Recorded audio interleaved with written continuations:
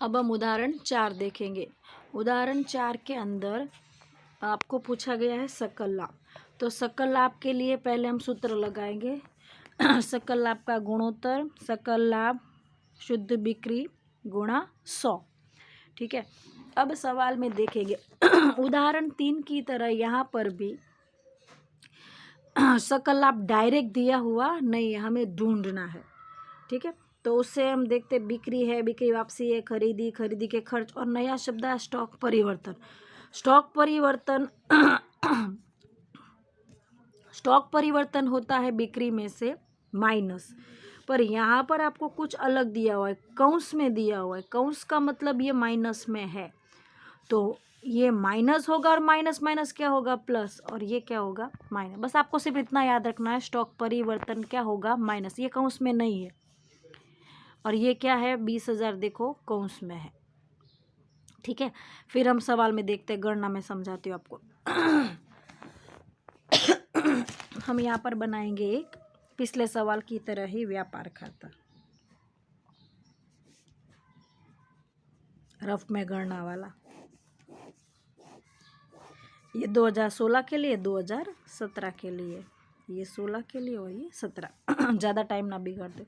यहाँ पर हम क्या लिखेंगे, खरीदी, खरीदी के खर्च, और अगर प्रारंभिक स्टॉक हो तो प्रारंभिक स्टॉक। यहाँ पर लिखेंगे बिक्री माइनस बिक्री वापसी, और फिर यहाँ पर अंतिम स्टॉक क्या होगा प्लस, लेकिन अभी अंतिम स्टॉक नहीं है तो क्या है स्टॉक परिवर्तन। स्टॉक परिवर्तन भी क्या होता है माइनस। ठीक है, तो अब प्रारंभिक स्टॉक सवाल में कहीं नहीं है, प्रारंभिक स्टॉक नहीं है।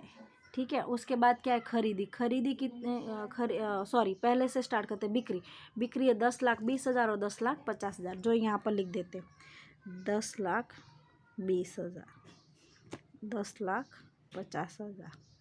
फिर क्या है बिक्री वापसी, दोनों की बिक्री वापसी है 20,000 और 50,000, जो यहाँ पर लिख देते हैं 20,000, 50,000। तो ये हुए 10 लाख और ये हुए 10 लाख, क्योंकि दोनों में से वापसी माइनस हुई। अब सवाल में है खरीदी। खरीदी कितनी है 6 लाख और 8 लाख।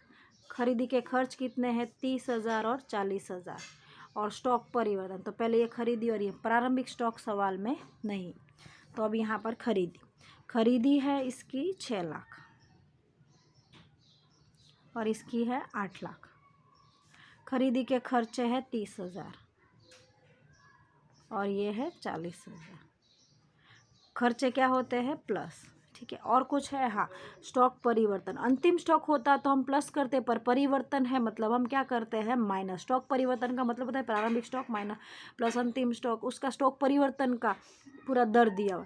तो स्टॉक परिवर्तन शब्द आए तो माइनस करना है। देखो हमने यहाँ पर अंतिम स्टॉक क्या किया था प्लस, लेकिन परिवर्तन है तो क्या करेंगे माइनस। ओके, फिर 20,000 खुद वैसे ही माइनस में है सवाल में, और ये 10,000 प्लस में है। देखो ये कौंस का मतलब होता है माइनस, और ये कौंस में नहीं है, इसका मतलब प्लस। तो अब माइनस माइनस क्या हुआ प्लस, और इसको आपको क्या करना है माइनस। तो ये प्लस होगा 10,20,000। समझ में आ रहा है आपको कुछ। माइनस तो करना है स्टॉक परिवर्तन, लेकिन सवाल में भी माइनस है तो माइनस माइनस हो गया प्लस, और ये प्लस में तो प्लस माइनस माइनस। तो इसका हुआ 9,90,000। ठीक है, अब दोनों बाजू का टोटल करेंगे।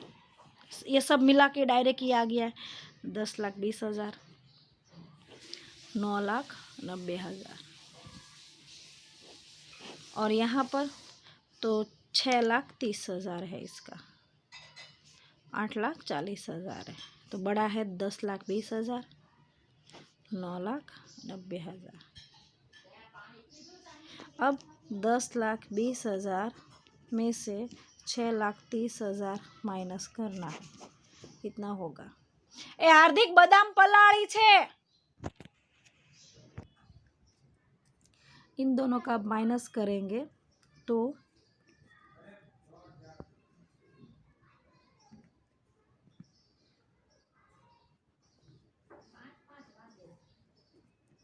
यहाँ पर आया 3,90,000 सकल लाभ। फिर यहाँ पर 9,90,000 में से 8,40,000 वो माइनस किया तो आया आपका उत्तर 1 मिनट, 9,90,000 नहीं है, सॉरी यहाँ पर गलती हुई है, 1 मिनट। यहाँ पर मिस्टेक ये है कि सवाल में 10 लाख दिया हुआ है, वो 15 लाख करना है, 15,50,000 करना है। टाइप मिस्टेक है क्योंकि यहाँ पर देखो 15 लाख लिया हुआ है और फिर आंसर भी 15 लाख के हिसाब से आया हुआ है।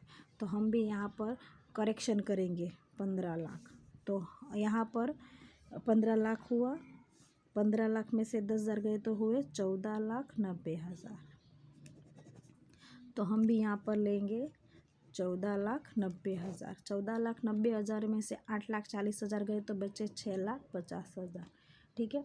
अब हम 2016 के हिसाब से सकल लाभ, तो उसका आया 3,90,000। शुद्ध बिक्री, तो शुद्ध बिक्री हमें कितनी मिली? 10 लाख और 15 लाख, इसकी है 10 लाख गुणा 100। तो 2 0 गए, 2 0 गए, ये 2 0 गए, 2 0 गए, 2 0 2, तो ये हुए 39%। अब हम 2017 के लिए गणना करेंगे।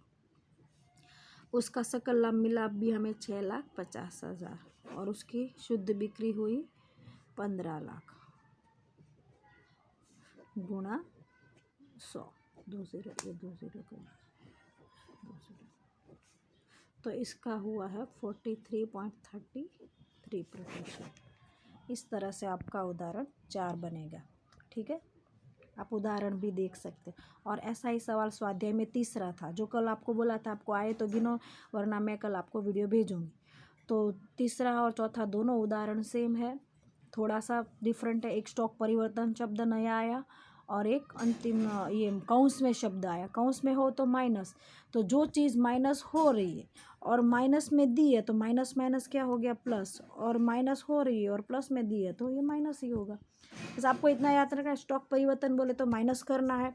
फिर यहाँ पर माइनस है तो माइनस माइनस, ये माइनस और ये माइनस, प्लस हो गया, प्लस माइनस माइनस हुआ।